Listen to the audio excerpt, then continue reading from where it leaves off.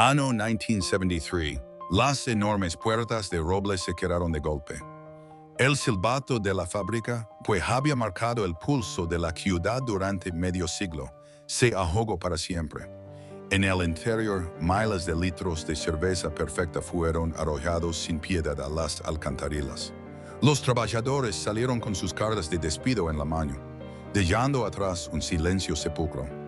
Quedaba atrás el máximo orgullo de Baja California. En su época dorada, este coloso ostentaba el edificio de madera más grande de Norteamérica y saciaba la sed de toda la frontera. Era una máquina invencible que conquistó a California. Sin embargo, en cuestión de años, todo desapareció. La producción masiva se desplomó a cero absoluto, dejando solo un esqueleto industrial oxidado. ¿Cómo es posible que un imperio que logró sobrevivir y vencer la ley seca de los Estados Unidos fuera estrangulado hasta la muerte en su propia tierra? No fue por falta de calidad ni por desinterés del público. Esta es la historia de la cervecería Mexicali, una lección cruda y despiadada sobre el verdadero rostro del monopolio corporativo, allí como los gigantes devoran a los suyos. El año es 1923. Para entender la magnitud del milagro industrial que estaba a punto de nacer, primero hay que entender el infierno en el que fue concebido. Mexicali, en la península de Baja California, no era el centro urbano bullicioso que conocemos hoy. Era en muchos sentidos la última frontera. Un páramo inclemente e implacable donde el sol del desierto de Sonora castigaba la tierra con temperaturas que habitualmente superaban los 50 grados centígrados. El polvo fino se infiltraba en cada grita, en cada pulmón, y el agua potable era un lujo mucho más preciado que el oro. En este rincón olvidado, donde la supervivencia misma era un desafío diario, la idea de construir una fábrica de proporciones monumentales rozaba la locura absoluta. Y mucho menos una fábrica dedicada a un producto que exige agua cristalina, ingredientes frescos y temperaturas estrictamente controladas, la cerveza. Sin embargo, la historia de las grandes industrias rara vez es escrita por hombres cautelosos. Fue aquí, en este crisol de polvo y calor asfixiante, donde dos visionarios, Miguel González y Miguel L. Borquez, fijaron su mirada. No eran simples comerciantes. Eran hombres de negocios que entendían perfectamente la geografía del deseo y la economía de la escasez. Justo al otro lado de la línea invisible que separaba a México de los Estados Unidos, se estaba desarrollando un experimento social sin precedentes que cambiaría el destino de Mexicali para siempre, la ley seca. Desde 1920, la Constitución de los Estados Unidos había prohibido la fabricación, venta y transporte de bebidas alcohólicas. De la noche a la mañana, el país más rico del mundo se había quedado con la garganta seca. Para las ciudades fronterizas mexicanas, esto no representaba una crisis moral, sino la mayor oportunidad económica del siglo. Los estadounidenses cruzaban la frontera en masa, sedientos de libertad y de alcohol, transformando a Mexicali de un polvoriento asentamiento agrícola en un epicentro vibrante de cantinas, casinos y vida nocturna desenfrenada. Pero González y Borquez vieron mucho más allá del simple contrabando o de servir copas en un bar. Entendieron una regla fundamental del capitalismo: el verdadero poder no reside en servir el producto final, sino en controlar los medios de producción. Pero, ¿cómo se fabrica cerveza de alta calidad en medio de un horno natural? La cerveza es, en esencia, una alquimia delicada de agua, malta, lúpulo y levadura. Absolutamente ninguno de estos ingredientes abundaba en el desierto baja californiano. La logística necesaria para levantar una cervecería de clase mundial en Mexicali era, según cualquier estándar de ingeniería de la época, una auténtica pesadilla técnica. No había infraestructura industrial sólida. No había cadenas de suministro fiables. Cada pieza de maquinaria pesada, cada gigantesco tanque de fermentación, cada válvula de cobre tenía que ser transportada desde lugares tan lejanos como San Francisco o incluso importada de Europa, atravesando terrenos traicioneros y dependiendo de líneas ferroviarias incipientes. La tensión en esos primeros días de gestación era insoportable.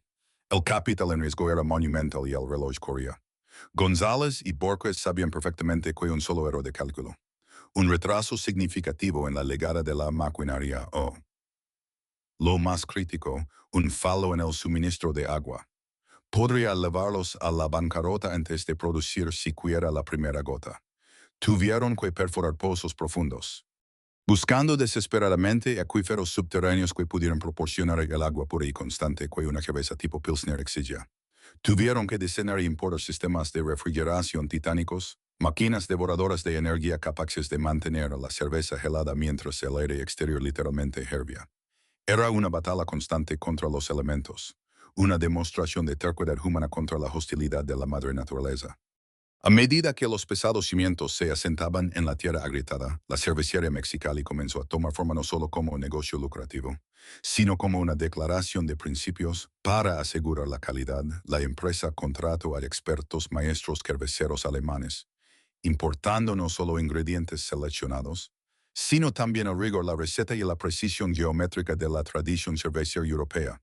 La maquinaria estaba instalada, la alquimia estaba lista para comenzar. Y así, contra todo pronóstico lógico y logístico, el 4 de julio de 1923, una fecha elegida astutamente para coincidir con el Día de la Independencia de los Estados Unidos, su principal mercado sediento, la cervecería Mexicali abrió oficialmente sus puertas al mundo. La primera producción fue un triunfo monumental. Aquella cerveza pálida, coronada con una espuma perfecta, brillante y servida a temperaturas gélidas, era un verdadero oasis líquido. Era la prueba tangible y dorada de que el desierto había sido domado por la industria. Para los habitantes locales, la cervecería se convirtió instantáneamente en una fuente de orgullo feroz. Ya no eran simplemente los residentes de un pueblo polvoriento en la frontera norte. Ahora eran la cuna de una industria moderna, capaces de producir una bebida que rivalizaba con las mejores etiquetas de toda Norteamérica. El éxito comercial fue arrollador e inmediato. La demanda superó todas las proyecciones iniciales, marcando el inicio de una era de prosperidad sin precedentes en la región.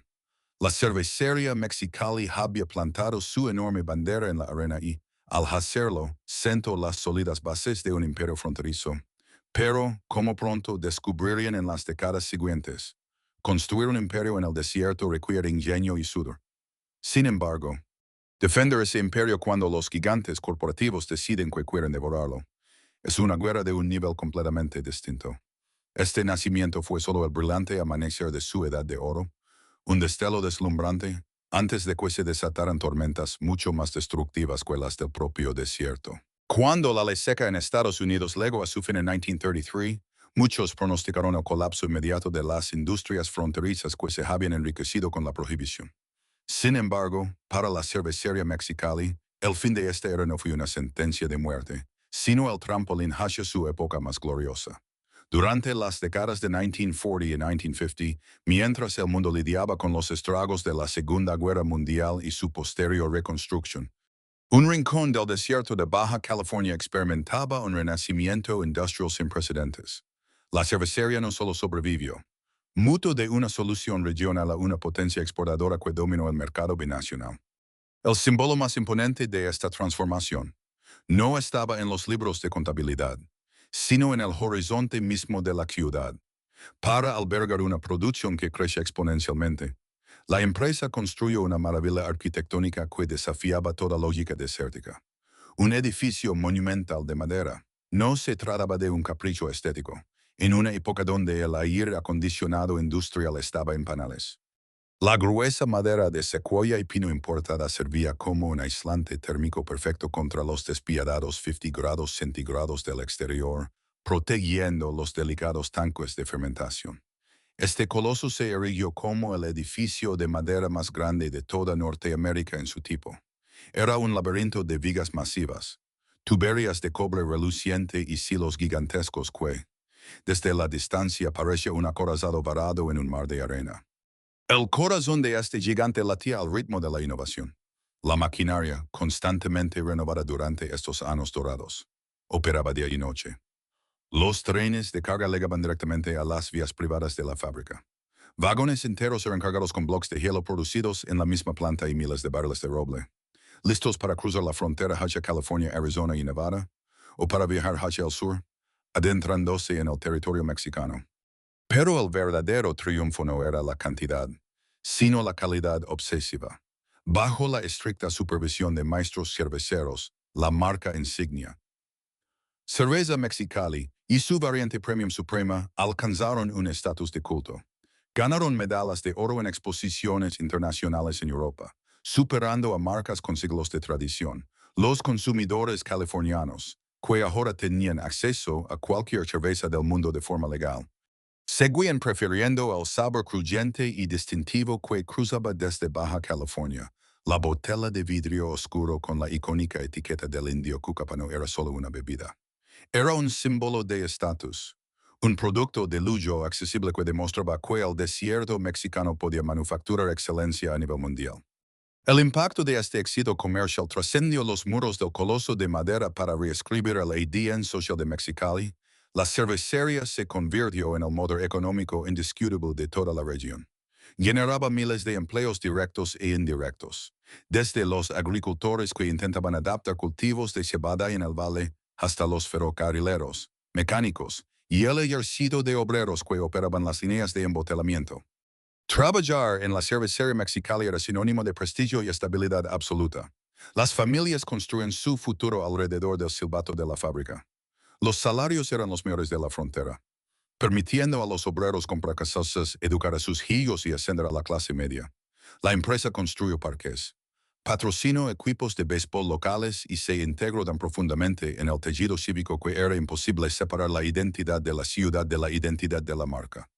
Para los habitantes de Baja California, beber una cerveza de otra marca en esa época era considerado un acto de traición cultural. Era su cerveza, era su orgullo embotellado.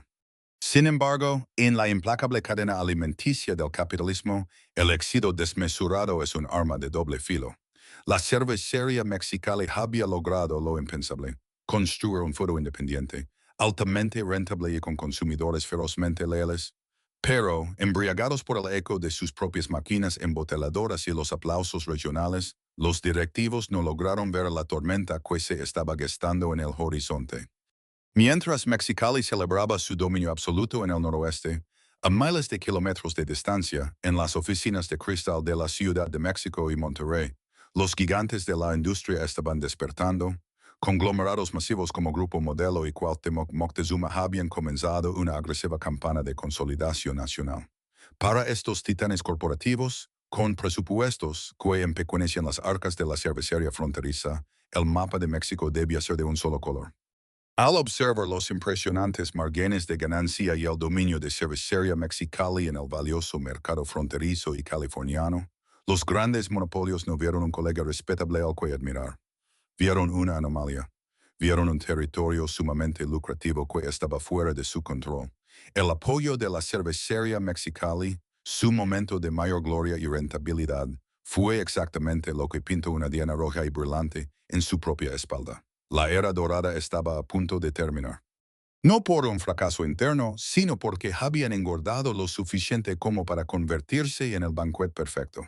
En medida que la década de 1960 amanecía sobre la República Mexicana, el país entero experimentaba una metamorfosis acelerada. Era la época del milagro mexicano, un periodo de crecimiento económico sostenido y rápida industrialización impulsada por el Estado. Las carreteras se expandían perforando montañas, las redes ferroviarias se conectaban con mayor eficiencia y las fronteras comerciales internas comenzaban a difuminarse rápidamente. Sin embargo, para una empresa regional independiente, por más masiva y exitosa que fuera, esta aparente modernidad traía consigo un veneno silencioso inevitable, la aniquilación de la distancia. Mientras la cervecería Mexicali descansaba cómodamente en su trono de madera, embriagada por el control absoluto del mercado en Baja California y el sur de California, en miles de kilómetros de distancia se estaba gestando un frente de guerra corporativo. En las frías salas de juntas de Monterrey y la Ciudad de México, dos titanes indiscutibles afilaban sus cuchillos, el Grupo Modelo y la poderosa cervecería Cuauhtémoc. Estos conglomerados ya no jugaban a ser líderes regionales, jugaban al ajedrez del monopolio nacional. Habían comprendido que el futuro de la industria no dependía únicamente de quien fermentaba la mejor bebida, sino de quien controlaba la brutal estructura financiera y logística detrás de ella. Su arma más letal no era una nueva receta ni una campaña publicitaria deslumbrante, sino un concepto económico frío y calculador, la economía de escala. Al producir melones de hectolitros para abastecer a toda la nación, estos gigantes podían abaratar drásticamente sus costos operativos hasta niveles insospechados. Compraban campos enteros de cebada, lúpulo y melones de botellas de vidrio en volúmenes tan masivos que literalmente dictaban los precios a los proveedores. Tenían acceso a líneas de crédito inagotables con los bancos más grandes del país. Pero, sobre todo, podían permitirse operar con márgenes de ganancia cero, o incluso en números rojos, en ciertas regiones estratégicas, subsidiando esas pérdidas con las obscenas ganancias que obtenían en el resto del territorio. Era una maquinaria financiera diseñada para una sola cosa: asfixiar, desangrar y absorber a la competencia menor. En el mapa de expansión de estos títanes, la frontera norte brillaba como el botín definitivo. Baja California no solo era un mercado interno con una explosión demográfica sin precedentes debido a la migración. Era la aduana, el puente directo hacia los valiosos dólares estadounidenses. Para Grupo Modelo y Cuauhtémoc, permitir que una cervecería independiente mantuviera el control de la frontera más transitada del mundo es un insulto inaceptable a su ambición hegemónica. De hecho, la cervecería Cuauhtémoc ya había dado su primer golpe maestro y letal una década antes, en 1954, al comprar la incipiente cervecería Tecate, ubicada a escasos kilómetros de Mexicali. Con esta agresiva adquisición, el gigante de Monterrey había plantado su caballo de Troya justo en el patio trasero de la cervecería Mexicali. Ya no eran una amenaza lejana operando desde el centro de México. Estaban armados, financiados y fuertemente atrincherados en la misma península. El asedio a la cervecería Mexicali no comenzó con una declaración de guerra abierta en los periódicos, ni con una invasión masiva de camiones repartidores. Fue una operación quirúrgica, una presión invisible que empezó a estrangular lentamente las vías de distribución. Al principio, fueron anomalías sutiles. Los proveedores nacionales de insumos básicos, como el vidrio, el cartón o las corcholatas, que antes atendían rápidamente los pedidos de Mexicali, comenzaron a retrasar sus entregas de manera inexplicable. La razón oculta en las sombras era simple. Los grandes conglomerados habían comprado o firmado contratos de exclusividad de volumen con esos mismos proveedores, bloqueando silenciosamente el acceso a cualquiera que no formara parte de su imperio. Los directivos de Mexicali, hombres de la vieja guardia, creían ciegamente que la calidad superior de su producto y la lealtad comunitaria de décadas eran escudos impenetrables. De repente se encontraron jugando una partida mortal contra computadoras financieras. No entendían que en la nueva era del hipercapitalismo mexicano, la calidad de la cerveza había pasado a un segundo plano. En este nuevo campo de batalla, ganaba el que podía soportar perder más dinero durante más tiempo sin declararse en quiebra. Para finales de la década de los 60, la disonancia era palpable en el aire abrasador del desierto. Por fuera, el imponente edificio de cervecería Mexicali seguía luciendo como el castillo inexpugnable de siempre, con sus chimeneas humeando y sus silbatos marcando los turnos a toda marcha. Pero en los libros de contabilidad, en las rutas de suministro y en las oficinas de los directivos, la red de acero se estaba cerrando inexorablemente. La gerencia local comenzaba a despertar ante una verdad aterradora. Ya no estaban compitiendo contra otras marcas de cerveza. Estaban compitiendo contra corporaciones bancarias, contra flotas nacionales de transporte y contra un capital corporativo casi infinito.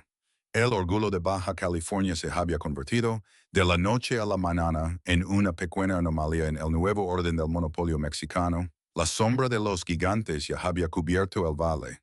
Ahora solo faltaba el golpe de gracia. La guerra por la supervivencia de la cervecería Mexicali no se libró en los tribunales de la capital, ni en debates públicos en los periódicos. Se libró en las trincheras más cotidianas y vitales del comercio, las cantinas, los restaurantes, los depósitos de barrio y las pequeñas tiendas de abarrotes que salpicaban el ardiente mapa de Baja California.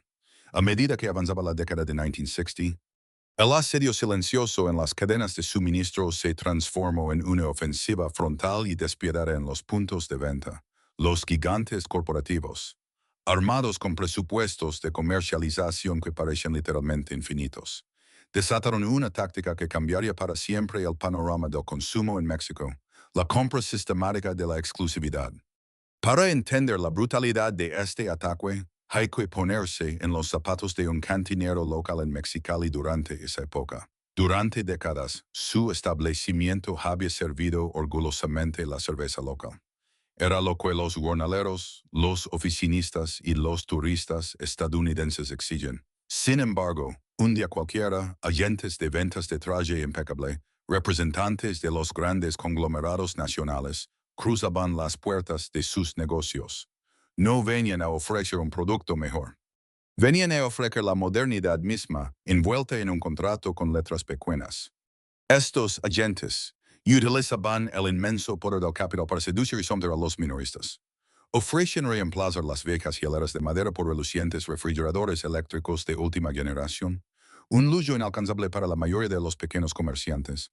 Prometen pintar las fachadas deterioradas de los negocios de forma gratuita, instalar deslumbrantes letreros de neón que iluminarían las calles oscuras, regalar mobiliario nuevo, cristalería incluso, en muchos casos.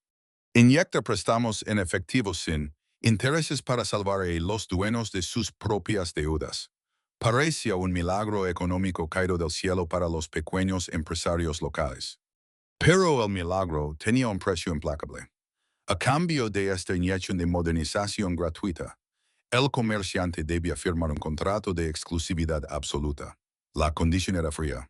Clara y no negociable, la cervecería Mexicali debía ser expulsada inmediatamente del establecimiento. Ni una sola botella de la cerveza del indio Cucapa podía asomarse por las puertas de esos nuevos refrigeradores. Si un cliente pedía una Mexicali, el cantinero tenía la obligación de ofrecerle una Corona, una carta blanca o una Tecate, argumentando que la marca local ya no se vendía. Esta fue una demostración magistral y aterradora de la fuerza bruta del monopolio. Los conglomerados nacionales estaban dispuestos a perder millones de pesos en regalar infraestructura a lo largo y ancho de la península, absorbiendo un costo operativo monumental que ninguna cervecería regional podría igualar, todo con un único objetivo: borrar físicamente a su competidor del mapa visual y comercial. Crearon un dilema moral y económico imposible para los dueños de los negocios locales. Debían mantener la lealtad a la empresa que construyó su ciudad, o debían aceptar el salvavidas financiero que aseguraría el futuro de sus propias familias. Bajo el peso abrumador de la economía, la lealtad regional comenzó a fracturarse. El impacto visual de esta ofensiva fue inmediato y desolador. En cuestión de meses, el paisaje urbano de Baja California comenzó a mudar. Los icónicos letreros y carteles publicitarios de la cervecería Mexicali, que durante casi medio siglo habían dominado las avenidas principales y los cruces fronterizos, fueron sistemáticamente desmantelados, arrancados o cubiertos por los vibrantes colores de las marcas nacionales. Para los habitantes de la ciudad, fue como si un ejército invasor invisible hubiera tomado las calles de la noche a la mañana, borrando su identidad cultural cuadra por cuadra. La cervecería Mexicali intentó contraatacar, pero se encontró atrapada en un callejón sin salida financiero. Cuando sus propios agentes de ventas intentaron recuperar las cantinas y los depósitos perdidos, se dieron cuenta de que no podían igualar las ofertas económicas de sus rivales. No tenían el músculo financiero para regalar miles de refrigeradores importados ni para subsidiar a fondo perdido las operaciones de cientos de cantinas. Estaban librando una guerra de desgaste contra corporaciones que tenían los bolsillos más profundos de todo México. Las consecuencias numéricas de este estrangulamiento fueron catastróficas. Los camiones repartidores de Mexicali, que antes salían de la fábrica cargados hasta el tope y regresaban vacíos, comenzaron a volver con la mitad de su inventario intacto. El valioso espacio en los estantes de las tiendas de abarrotes se redujo drásticamente. La cerveza local fue empujada a las esquinas menos visibles de los pocos refrigeradores que aún la aceptaban, acumulando polvo mientras los productos de la competencia se exhibían en primera fila, fríos y listos para el consumo. La producción masiva, que antes era el mayor orgullo de la empresa, se convirtió repentinamente en super pesadilla. Con las rutas de distribución bloqueadas artificialmente por los contratos de exclusividad, los volúmenes de ventas cayeron en picada. Pero una fábrica del tamaño de la cervecería Mexicali no podía simplemente apagar sus operaciones a voluntad. Las gigantescas calderas, los sistemas de refrigeración, Al mantenimiento del monumental edificio de madera devoraban enormes cantidades de energía y dinero cada día, independientemente de si se vendía una botella o un melón. El margen de ganancia, antes envidiable y robusto, se evaporó a una velocidad aterradora. La gerencia local, acostumbrada a las épocas de vacas gordas, observaba con pánico cómo las gráficas de ingresos caían mes tras mes. Habían sido expulsados de su propia casa, bloqueados por un muro invisible de dinero corporativo. Sin embargo, aunque el ataque externo del monopolio fue devastador y cortó el flujo de oxígeno financiero, la cervecería Mexicali aún respiraba. El golpe final. El verdadero cáncer que terminaría por colapsar la estructura del gigante de madera no vendría de las escalas y de los competidores nacionales. Vendría desde adentro, de sus propias entrañas, desencadenado por la desesperación y la falta de capital. Mientras los gigantes corporativos quedaban implacablemente, las rutas de distribución y borraban el nombre de la cervecería Mexicali de las Cales. Una tragedia mucho más silenciosa y letal se desarrollaba de puertas para adentro. Es una ley no escrita de la historia industrial que ninguna fortaleza, por más asediada que esté desde el exterior, cae únicamente por la fuerza enemiga. La verdadera aniquilación siempre requiere un grado de putrefacción interna.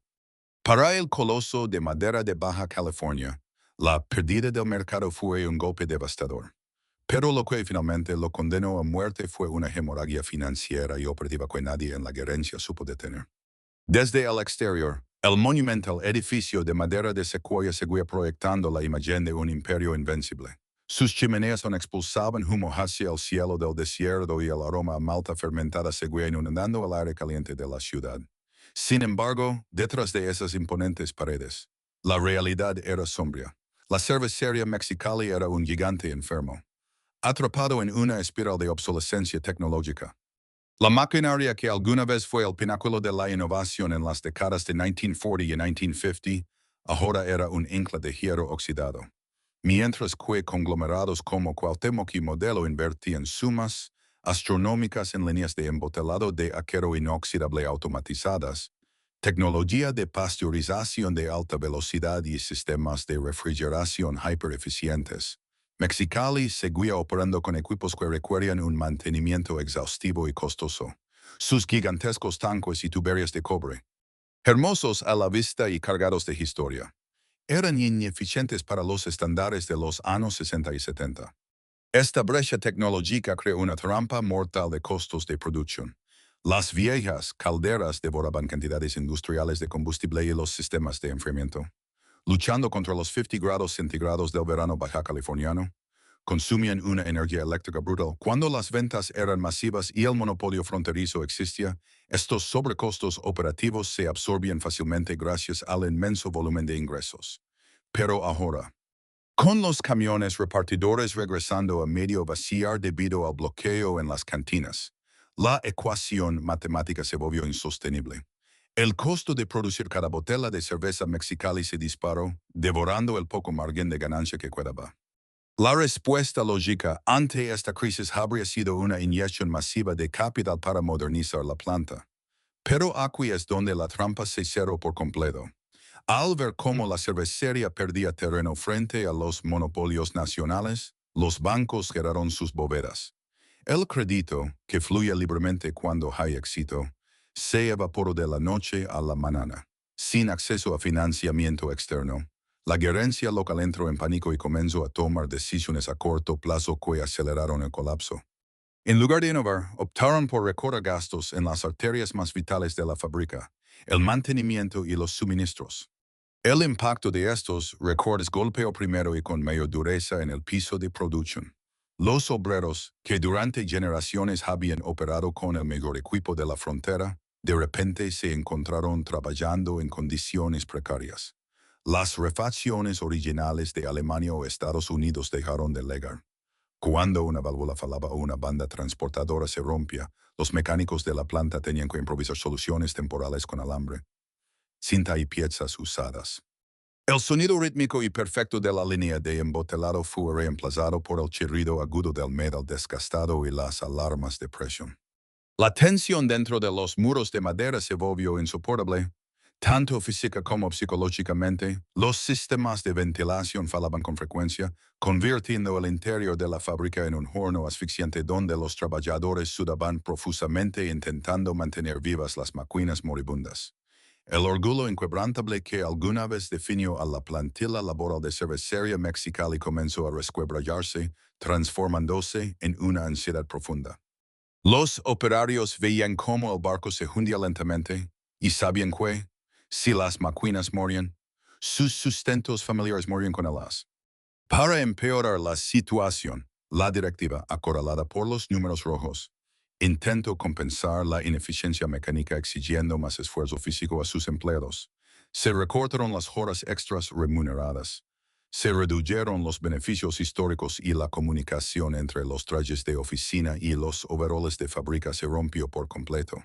La relación simbiótica y familiar que había existido desde 1923 desapareció, reemplazada por un ambiente de desconfianza mutua. El sindicato, que durante décadas había sido un aliado estratégico de la empresa en la construcción de la comunidad, comenzó a mostrar los dientes, exigiendo seguridad laboral en un momento en que la empresa ni siquiera podía garantizar su propia supervivencia para el mes siguiente. El gigante de Baja California sufría de un doble bloqueo fatal. El desgaste físico de sus engranajes de acero y el desgaste emocional de su capital humano. Estaba desangrándose desde adentro, perdiendo el dinero, la tecnología y, lo más trágico, la fe de su propia gente. La cervecería Mexicali ya no era un imperio. Era un paciente en cuidados intensivos, conectado a un respirador artificial, rodeado por buitres corporativos que esperaban pacientemente afuera. Y mientras la década de 1970 despuntaba, solo haría falta una pequeña chispa, un último roce entre la desesperación financiera y la furia sindical para detonar el colapso final. A principios de la década de 1970, el paisaje físico y emocional que rodeaba al coloso de madera de Baja California había sufrido una metamorfosis tétrica. El majestuoso edificio, que durante décadas fue el símbolo indiscutible del progreso y el orgullo fronterizo, comenzó a reflejar en su exterior la putrefacción financiera que lo devoraba por dentro. La pintura exterior se descascaraba bajo el sol implacable del desierto y las inmensas vigas de madera, antes impecablemente mantenidas, comenzaban a mostrar signos de resecuela y abandono. La cervecería Mexicali había entrado en la fase terminal de su asfixia. La hemorragia interna provocada por la maquinaria obsoleta, combinada con el brutal bloqueo comercial de los monopolios, había vaciado por completo las reservas de efectivo. Lo que durante casi 50 años había sido un motor económico imparable. Una máquina de generar riqueza y estabilidad para toda la península. Ahora era un gigante acorralado que luchaba desesperadamente por algo tan básico como cubrir la nómina de los viernes o pagar las colosales facturas de electricidad que requieren sus anticuados sistemas de refrigeración. La gerencia de la empresa, conformada por herederos y ejecutivos de la vieja guardia que estaban acostumbrados a los años de bonanza y al respeto absoluto, se vio obligada a tragar un veneno amargo. La humillación. Comenzó así un peregrinaje desesperado por las instituciones bancarias, tanto locales como nacionales, directivos que antaño eran recibidos con alfombras rojas, apretones de manos y líneas de crédito ilimitadas. Ahora se sentaban durante horas en frías salas de espera. Suplicaban por inyecciones de capital de emergencia, préstamos a corto plazo que les permitieran al menos mantener las calderas encendidas un mes más. Pero el sector bancario, operando con la frialdad matemática que caracteriza al capital moderno, ya había emitido su veredicto. Los analistas financieros en la Ciudad de México y Monterrey leían claramente los números rojos. Sabían que el mercado fronterizo había sido secuestrado por el Grupo Modelo y la cervecería Cuauhtémoc. Sabían que prestarle dinero a Mexicali era arrollar millones a un pozo sin fondo. Uno tras otro, los bancos quebraron sus bóvedas. La empresa dejó de ser un cliente preferencial para convertirse en un riesgo tóxico intocable. Ante la falta absoluta de crédito, la administración entró en un modo de pánico destructivo. Para obtener liquidez inmediata, comenzaron a liquidar activos de manera frenética. Se vendieron terrenos adyacentes a precios de remate. Se subastaron flotas enteras de camiones repartidores que yacían estacionados porque ya no tenían rutas ni cantinas a las cuales abastecer. Sin embargo, en una operación industrial de esa magnitud, estas ventas eran el equivalente a intentar tapar una fuga en una presa con cinta adhesiva. El costo fijo de operar el edificio de madera más grande de Norteamérica devoraba cualquier ingreso esporádico en cuestión de días. La ilusión de normalidad que los directivos intentaban proyectarse hizo añicos. El colapso inminente pasó de ser un rumor de pasillo a ser un secreto a voces en todas las calles de la ciudad. El escudo de invulnerabilidad y prestigio que había protegido a la empresa desde 1923 se estaba desmoronando a la vista de todos, dejando expuesta una estructura frágil, asustada y sin rumbo. Pero, como ocurre invariablemente en todas las tragedias industriales, cuando el oxígeno financiero se agota en las altas esferas de la gerencia, el impacto de la asfixia recae con una violencia devastadora sobre los hombros de quienes sostienen la base de la pirámide. El verdadero punto de no retorno, el quiebre histórico y emocional del cual la empresa jamás se recuperaría, detonó cuando el desastre financiero chocó de frente con el factor humano. Incapaz de sostener la pesada carga operativa, la junta directiva tomó la decisión que durante medio siglo se había considerado un tabú impensable en esa fábrica, la primera ola de despidos masivos. No se trató de un recorte de personal calculado o estratégico, fue una amputación en carne viva, ejecutada con torpeza y desesperación. Hombres que habían entregado 20, 30 y hasta 40 años de su vida a los ardientes hornos de cocción y a las ensordecedoras líneas de embotelado, fueron llamados a las oficinas de recursos humanos. Eran, en muchos casos, obreros de segunda y tercera generación, hombres cuyos padres y abuelos habían ayudado a levantar las mismísimas paredes de secuoya que ahora los expulsaban. Salían de aquellas oficinas minutos después con un simple trozo de papel en la mano. Una liquidación precaria y el futuro de sus familias completamente destruido. La traición era palpable, espesa y dolorosa. Para estos trabajadores, la cervecería Mexicali no era simplemente un lugar donde cobrar un cheque. Era el núcleo de su identidad, el pilar de su comunidad y el legado de su sangre. Ser desechados como maquinaria inservible por la empresa, a la que habían jurado lealtad ciega, generó una ola de profunda indignación que, rápidamente, mutó en furia organizada. El sindicato, que durante las décadas doradas había funcionado en una simbiosis casi perfecta con los dueños, se levantó en pie de guerra. En un último intento desesperado por evitar la quiebra, la administración exigió concesiones draconianas, recortes drásticos a los salarios, eliminación de prestaciones históricas, cancelación de seguros médicos y jornadas de trabajo extenuantes sin el pago de horas extras. Todo bajo la promesa vacía de salvar el barco. Para los trabajadores, que ya habían visto a cientos de sus compañeros ser lanzados a la calle. Esto fue el insulto final. Las negociaciones se rompieron de forma violenta y abrupta. La mañana en que estalló la huelga general, Mexicali contuvo la respiración. Las inmensas puertas de roble, que antes se abrían de par en par para dar paso a los trenes cargados de prosperidad, fueron bloqueadas por barricadas humanas. Los piquetes de huelga se instalaron bajo el sol hirviente de 50 grados, con banderas rojinegras ondeando frente a la fachada de madera. El sonido rítmico, industrial y reconfortante que había servido como el latido del corazón de la ciudad durante medio siglo, se detuvo por completo, no por una falla mecánica, sino por una paralización humana absoluta.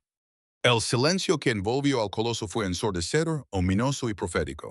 En el interior, abandonados sin supervisión, miles de litros de cerveza en proceso de fermentación comenzaron a arruinarse irremediablemente al apagarse los sistemas de enfriamiento, pudriéndose en los tanques de cobre como un oscuro presagio de lo que le esperaba a la empresa. Afuera, la tensión amenazaba con estallar en violencia física. Hubo lágrimas de impotencia, discursos encendidos por megafonos y enfrentamientos verbales a gritos entre los obreros desesperados y los directivos que intentaban, en vano, cruzar las líneas de protesta. La comunidad de Mexicali observaba con el corazón destrozado cómo sus propios ciudadanos se enfrentaban en una guerra civil industrial. Este choque frontal fue la sentencia de muerte.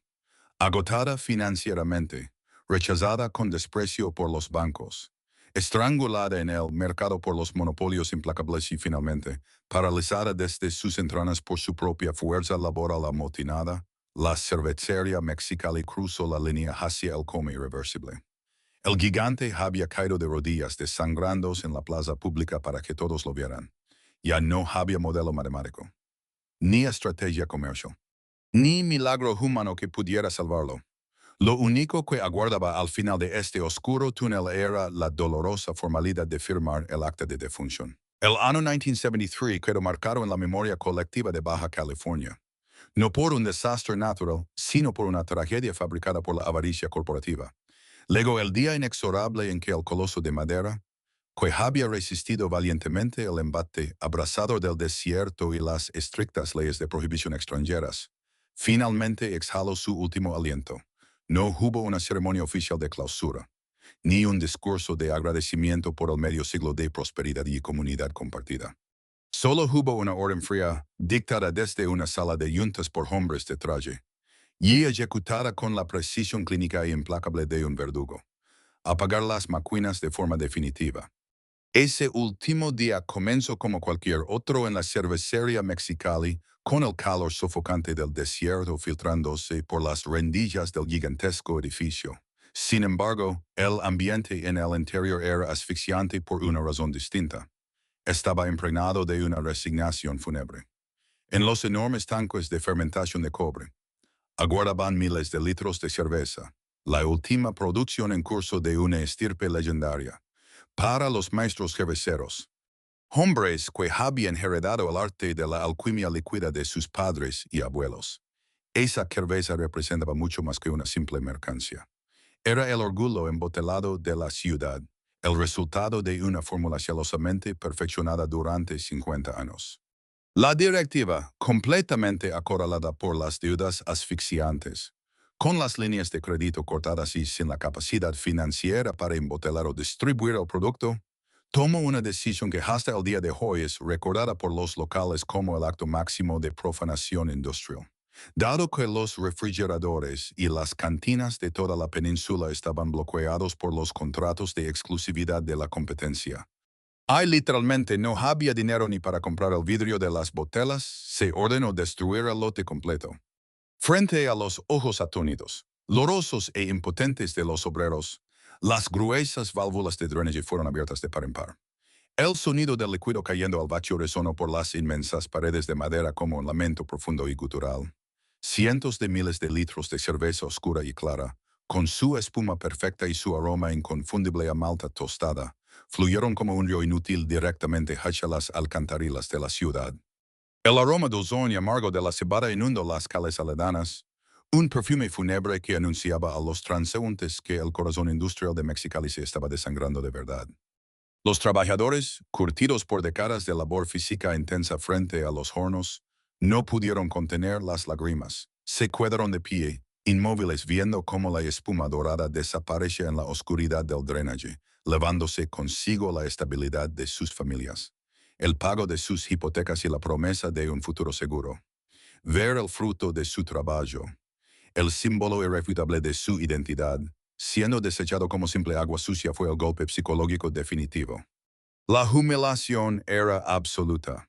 El monopolio no solo les había arrebatado el mercado, los estaba obligando a presenciar en primera fila la ejecución pública y vergonzosa de su propio legado. Una vez que los majestuosos tanques de cobre quedaron completamente vacíos, comenzó el doloroso proceso de desconexión física de la planta. Las enormes calderas industriales, que durante décadas habían ardido ininterrumpidamente alimentando de energía toda la operación, fueron apagadas una por una. El siseo del vapor al escapar por última vez de las gruesas tuberías sonó como el último aliento de un gigante moribundo. Luego descendió el silencio, un silencio antinatural, absoluto y aterrador que jamás, ni siquiera en la madrugada, se había escuchado en el interior de esa fábrica. Para los hombres que estaban acostumbrados al estruendo ensordecedor de los motores y al tintineo rítmico y constante de miles de botellas de vidrio chocando en la línea de producción, ese silencio repentino era la confirmación auditiva de la muerte. A la salida de aquel turno maldito, no sonó el icónico silbato de vapor que tradicionalmente marcaba el fin de la jornada. En su lugar, a cada trabajador que cruzaba las puertas de salida hacia la calle se le entregó un sobre manila ordinario. Adentro, encontraban una escueta y fría carta de despido junto con una liquidación que apenas lograba cubrir superficialmente los años de lealtad inquebrantable. Hombres de 50 o 60 años, que no conocían absolutamente otro oficio más que el de hacker cerveza. Caminaron lentamente hacia las calles de tierra hirviente, mirando hacia atrás con incredulidad y los hombros caídos. Las inmensas puertas de roble, aquellas que alguna vez dieron la bienvenida triunfal a los trenes de carga rebosantes de hielo e ingredientes importados de primer nivel, fueron cerradas de golpe y celadas con pesados candados de hierro oxidado. Afuera, la ciudad entera pareció detener su marcha. Durante medio siglo, la vida cotidiana en Mexicali había sido dictada sin cuestionamientos por los ritmos de la cervecería. El potente silbado de la fábrica era el reloj biológico del valle. Indicaba la hora de despertar en la madrugada, la hora de salir a comer y la hora de volver a casa. Ese fatídico día de 1973, cuando llegó la hora del cambio de turno y el silbato no sonó, una onda de choque invisible, muda y paralizante recorrió cada rincón de la ciudad. Las familias en sus hogares, los comerciantes en el centro, y los niños en las escuelas sintieron físicamente la ausencia de ese sonido vital. Todos sabían instantáneamente lo que significaba. El gigante había caído sin remedio. La cervecería Mexicali, aquella fortaleza inexpugnable que había sobrevivido a la Gran Depresión estadounidense, que había superado con creces los rigores logísticos de la Segunda Guerra Mundial y que había transformado un desierto hostil en un oasis de prosperidad internacional, finalmente había sido asesinada a sangre fría por la maquinaria implacable del monopolio nacional. El edificio de madera más grande de Norteamérica quedaba ahora abandonado, transformándose en cuestión de segundos de un faro brillante de orgullo fronterizo a una gigantesca y silenciosa lápida que recordaría por siempre el día en que Mexicali perdió su alma industrial. Los meses llanos que siguieron al fatídico cierre de 1973 trajeron consigo una realidad desoladora para Mexicali. Cuando el polvo del conflicto inicial se asentó y los titulares de los periódicos dejaron de hablar de la huelga y la bancarrota, lo que quedó atrás no fue un terreno limpio listo para un nuevo comienzo, sino un cadáver industrial de proporciones colosales. El imponente edificio de madera, que alguna vez funcionó como el motor económico y el símbolo de orgullo más brillante de Baja California, comenzó su largo y doloroso proceso de descomposición bajo el sol implacable del desierto de Sonora. Se transformó, casi de la noche a la mañana, en una gigantesca tumba de madera anclada en el mismo centro de la vida urbana. Sin el zumbido constante de los sistemas de refrigeración y sin el mantenimiento obsesivo de sus trabajadores, la estructura fue rápidamente asediada por los elementos. Las inmensas vigas de secuoya y pino, diseñadas originalmente para aislar el calor mientras albergaban miles de litros de cerveza helada, comenzaron a resecarse, agrietarse y astilarse bajo las temperaturas que superaban los 50 grados centígrados cada verano. El barniz protector se evaporó, dejando la madera expuesta a las violentas tormentas de arena. Los relucientes tanques de cobre y las complejas redes de tuberías que cruzaban el interior de la fábrica, antes pulidos con reverencia diaria, se cubrieron rápidamente de una gruesa capa de óxido verde y gris. Las ventanas volaron en pedazos o fueron tapiadas con tablones podridos, dándole al coloso el aspecto de un barco fantasma encalado en un mar de asfalto y tierra seca. Pero la decadencia física del edificio era solo el reflejo visible de una putrefacción económica mucho más profunda que se extendía como un veneno por los barrios circundantes. La desaparición de la cervecería Mexicali provocó un efecto dominó catastrófico. No fueron solo los cientos de obreros directos quienes perdieron su sustento. Alrededor de la fábrica existía un complejo ecosistema de negocios locales que dependían absolutamente de su existencia, fondas donde los trabajadores almorzaban, talleres mecánicos que daban servicio a los camiones repartidores, pequeñas ferreterías que proveían herramientas.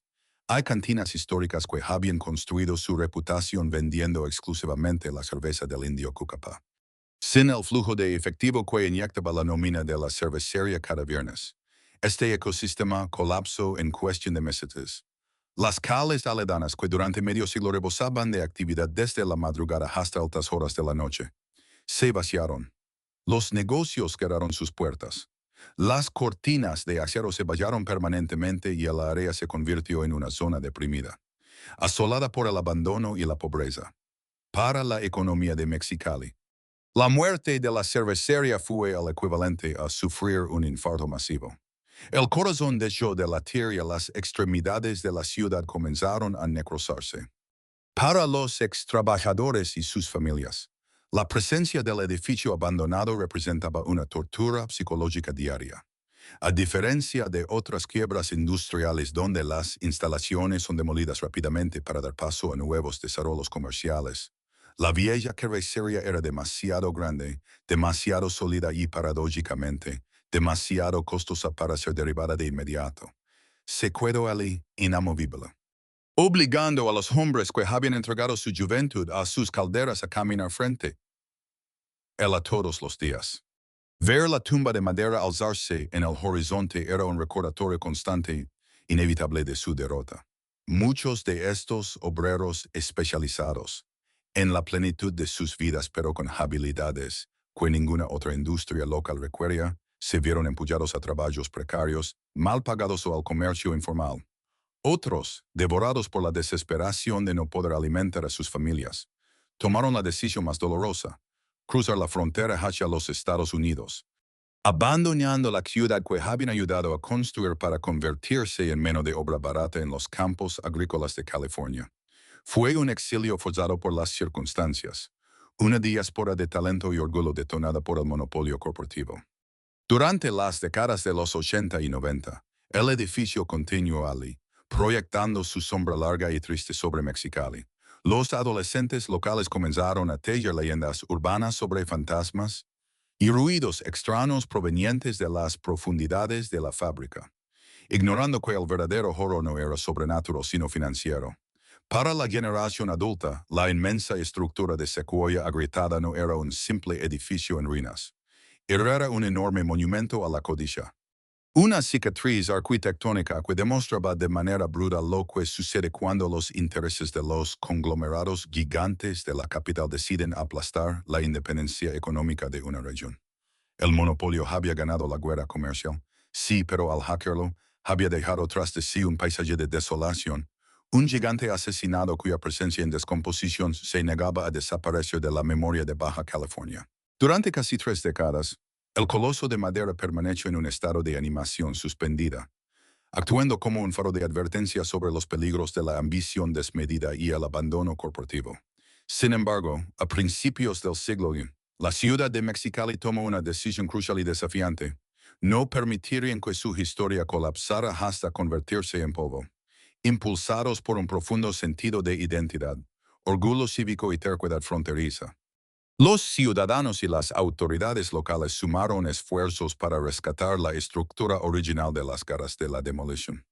Las gruesas vigas de Sequoia, resecas por décadas de sol despiadado, fueron tratadas y restauradas cuidadosamente. Las inmensas fachadas recuperaron su dignidad histórica y los enormes espacios interiores, que alguna vez albergaron las ruidosas líneas de embotelado y las ardientes calderas, fueron transformados. Hoy en día el recinto funciona como un vibrante centro de cultura, comercio y memoria cívica. Físicamente, el edificio había sido resucitado. La tumba de madera fue obligada a florecer de nuevo. Sin embargo, al cruzar hoy, sus umbrales bellamente restaurados, la disonancia emocional que experimentan los visitantes locales es abrumadora. Las paredes lucen impecables y el aire acondicionado mantiene a raya el calor del desierto, pero el eco del silencio industrial sigue allí, denso y palpable. Es un cascarón hermoso, pero irremediablemente vacío de su propósito original. El edificio pudo ser salvado de la bola de demolición, pero el alma manufacturera de la cervecería Mexicali fue asesinada irreversiblemente en 1973. Ningún esfuerzo arquitectónico, por noble que sea, podrá devolverle la vida a los miles de empleos perdidos, ni restaurar la independencia económica que le fue arrebatada violentamente a la península. La historia de este gigante de Baja California trasciende la simple nostalgia romántica. Es en realidad una autopsia clínica y dolorosa de las fallas del sistema de libre mercado frente al hipercapitalismo agresivo. La gran lección que deja la caída de la cervecería Mexicali es cruda y aterradora para cualquier emprendedor moderno. En la era de los monopolios, la excelencia del producto y el amor del cliente no garantizan absolutamente la supervivencia. La cervecería fronteriza no fracasó porque su bebida perdiera calidad, ni porque los consumidores dejaran de consumirla, ni siquiera por una mala gestión inicial. Cayó paradójicamente porque fue demasiado exitosa. Construyó un feudo tan próspero y demostró que el árido desierto podía ser tan increíblemente rentable, que atrajo la mirada depredadora de conglomerados corporativos que simplemente no toleraban la competencia independiente. Los gigantes de Monterrey y la Ciudad de México utilizaron su capital masivo no para crear una cerveza mayor, sino para comprar el tablero de juego entero, bloqueando las salidas, jugando las finanzas y asfixiando al rival hasta que la falta de oxígeno interno lo obligó a devorarse a sí mismo. La tragedia de la cervecería Mexicali ilustra la pérdida de la soberanía económica local. Cuando el monopolio forzó el cierre de la planta, no solo se elevó el mercado, alteró el flujo de la riqueza. El dinero que antes circulaba dentro de Mexicali, pagando hipotecas, escuelas y sustentando a cientos de pequeños negocios, comenzó a ser succionado directamente hacia las cuentas bancarias de las sedes corporativas a miles de kilómetros de distancia. Es una advertencia vigente sobre el peligro de permitir que unas cuantas corporaciones controlen las cadenas de distribución, dictando que pueden consumir las comunidades y triturando a las empresas locales que sostienen el tejido social. Pero la historia tiene una forma peculiar de impartir justicia poética. Si bien el monopolio logró robarse el mercado comercial y destruir las líneas de producción, fracasó rotundamente en su intento de borrar el legado.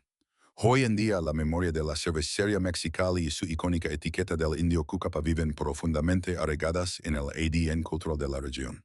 Más fascinante aún es el fenómeno que se ha gestado a nivel industrial en la última década. Baja California se ha convertido indiscutiblemente en la capital de la cerveza artesanal en México. Cientos de cerveceros independientes, operando en pequeños talleres a lo largo de Mexicali, Tijuana y Ensenada han retomado la antorcha.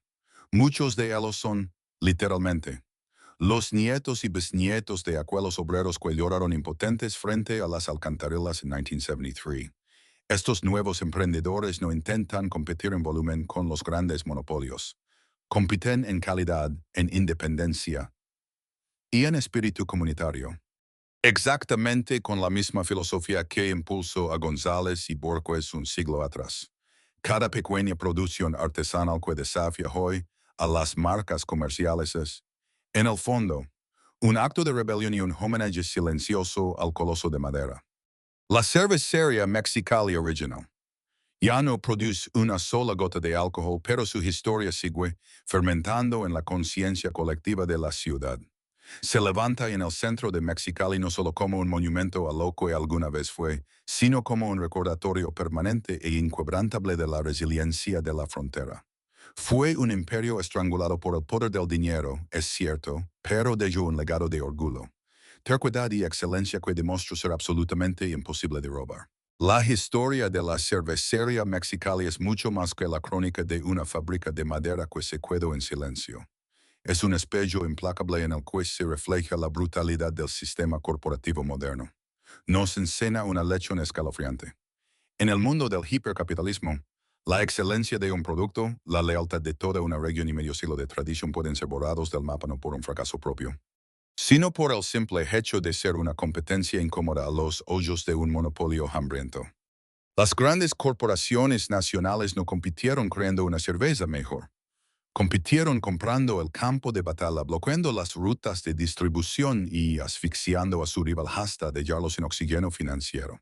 Cuando las inmensas puertas de roble se cerraron en 1973, Baja California no solo perdió miles de empleos, perdió una parte fundamental de su soberanía económica y de su identidad industrial.